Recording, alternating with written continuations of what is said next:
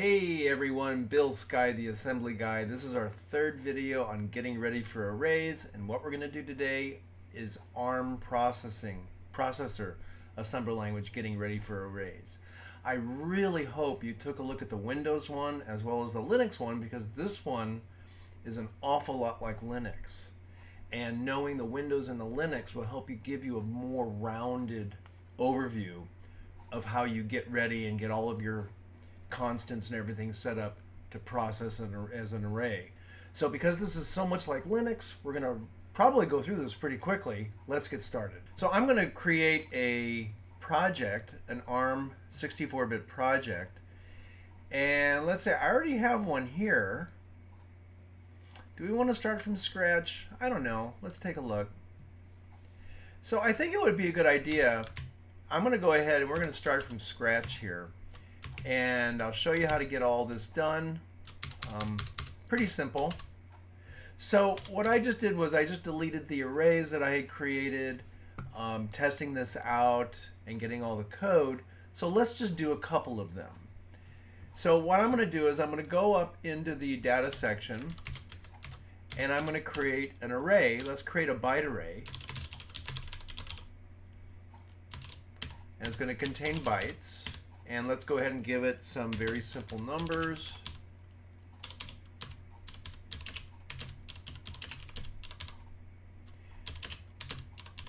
And then let's go ahead and create a quad word array, or a 8-byte array, and we'll call this a D-word array, because in ARM a double word is 64 bits instead of quad. They don't use that terminology.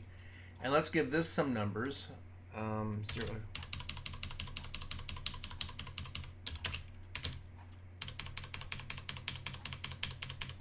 I just like to fill up all the nibbles. And let's just put in 3. Now, if you watch the Windows and the Linux one, Windows has this thing called type, size of, and length of. Linux did not, but we created constants underneath the array names that do just that. And we're going to do the same thing here.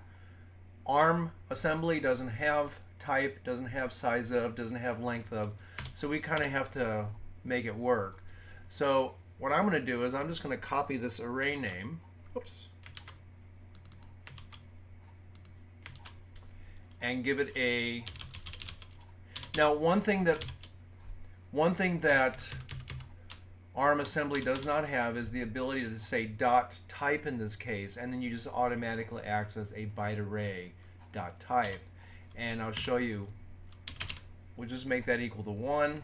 Let's go down here and let's move into x0 a byte array dot type. Let's save and build that. And as you can see, it doesn't understand what that dot type is. So it doesn't do the same thing as the Linux MASM does. So you have to put the array name in front, dot type. And so we have to do the same thing with size of.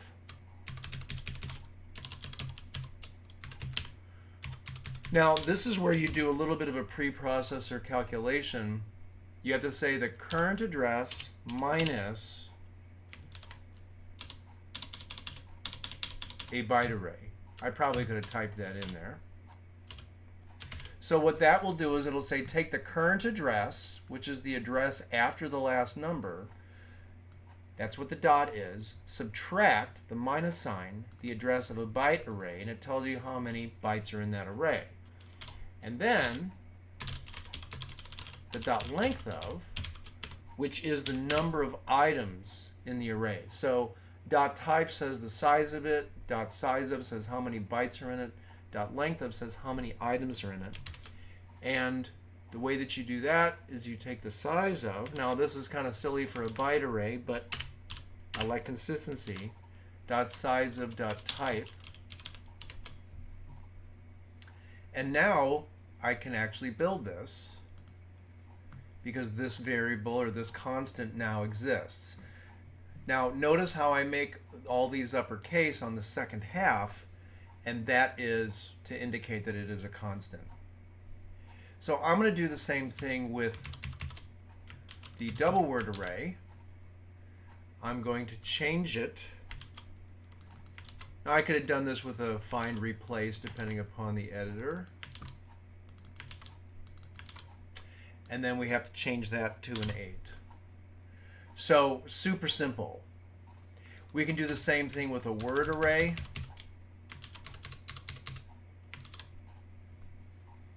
So get rid of the D. Get rid of the D.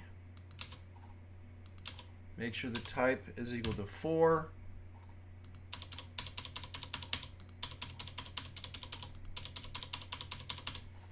And there you go. So, oh, I misspelled that one. A word array. Got to get these right. If you don't get these right, you're going to have some interesting things happening. And then you have to say dot word instead of dot dword. So now you've basically, in assembler language on the ARM, you have mimicked the exact same features, dot type, dot size of, and dot length of. Now, in Windows, to get the address of a variable or of an array into a register, you would say move into RAX, comma, offset a byte array. That's how you would move the address of a byte array into RAX. And actually, you shouldn't be doing that in the RAX. It should be RSI, the index register, on an Intel x86-64 assembler. In Linux, you say move into RSI a byte array. You don't specify offset. You just specify the name.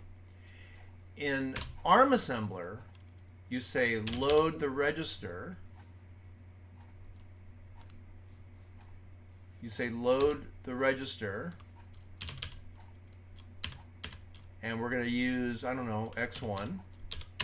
And it must be an X register on 64-bit because it's a 64-bit address, so you must put that in there. And you say equals a byte array.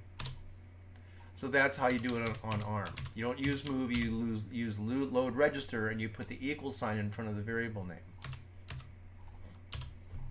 Now what we're going to do is we're going to load register a byte. We're going to load a single byte into the W0 register, and we're going to dereference X1 because X1 contains the address of our byte array. Then we're going to add to X1 a byte array dot type. This is the benefit of using these constants, is that you don't have to know it's a 1, you don't have to know it's a 2, a 4, or an 8.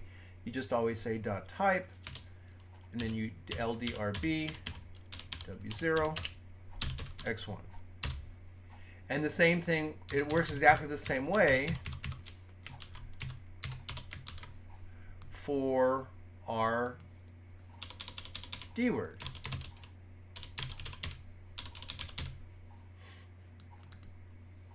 There's not a whole lot you have to change here, except for W,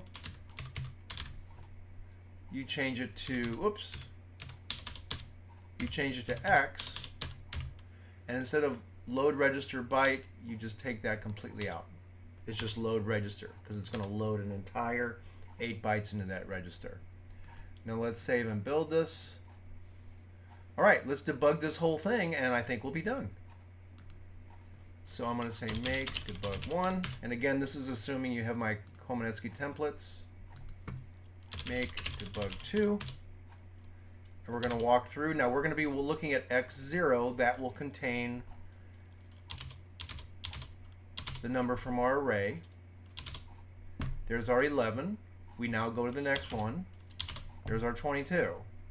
Now we're going to put the address of our double word array into X1, and we're going to load into the X0 register the dereferenced X1. You can see all those 6s, all those 7s, and that's it. So that's how you move back and forth in an array. Now we're going to be talking more about that in an upcoming video. So we implemented the type, the size of, the length of.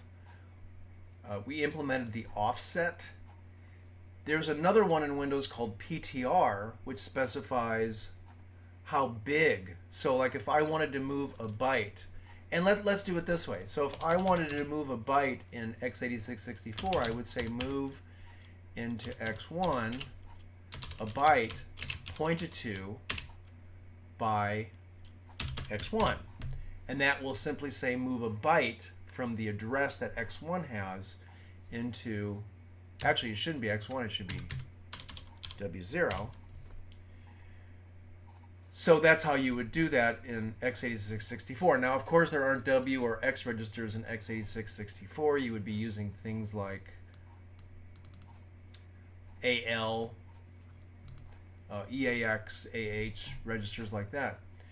But in ARM, you don't really have that PTR or that byte keyword. So instead, you say load register byte. So that's simply saying load a byte into this register, and in this case W0, and start at X1. Start at the address contained in X1. So it's less, this is a more common, move is a more common statement in x86-64 as well as in Linux, MASM, and you have to add some additional parameters to it. But in ARM, you simply have the load register byte. And that takes over from this idea of specifying the size of the data that you want to move, dereferencing X1. Okay, so we just went through all the different nuances with ARM assembler language and getting ready to process arrays. I suggest you take a look at the Windows and take a look at the Linux videos. I go into a little bit more depth in those videos, and it'll do you good to take a look. So, hope to see you at the next video.